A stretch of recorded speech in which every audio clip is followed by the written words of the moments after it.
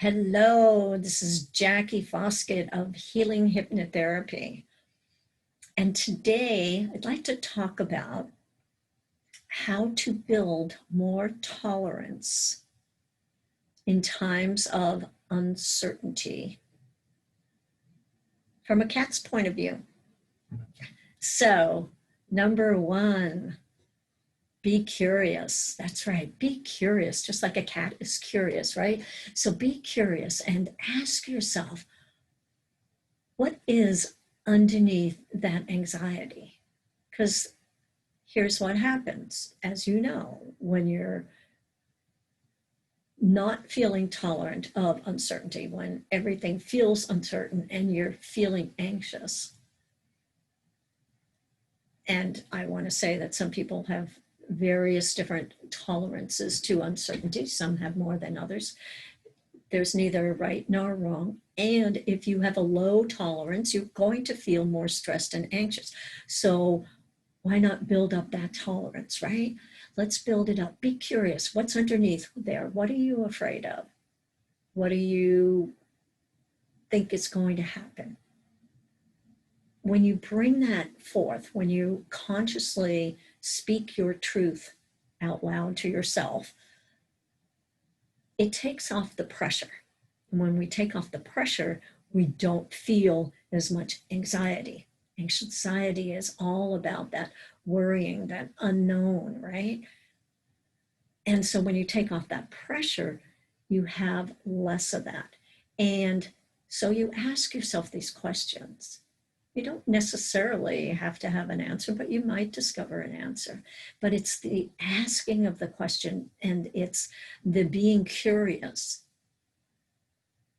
that allows you to open up, release the pressure, and build more tolerance to that uncertainty. And then on that same note, you want to focus on what it is that you are certain about. What is it that you are in control of? You're in control of that right now, or you can say for certain that you're breathing, right? You're here, you're breathing, you're alive. You have food that you can eat. So changing your focus to what you know is certain keeps you from dwelling on the uncertainties, right? So the other thing that you want to do is stretch like a cat. Stretch your body, move your body, just stretch around and move. Take yourself out for a walk. Be curious while you're out there like a cat. Look at all that you see around you. Notice what you're seeing. So you're bringing yourself into the state of mindfulness. And when you're mindful, you're in the present moment. You're not future thinking and doing all those what ifs. And it feels good to move your body, and your body wants to be in motion. Bodies like to move. So take yourself out for a walk. Another tip is take a cat nap. Get lots of rest.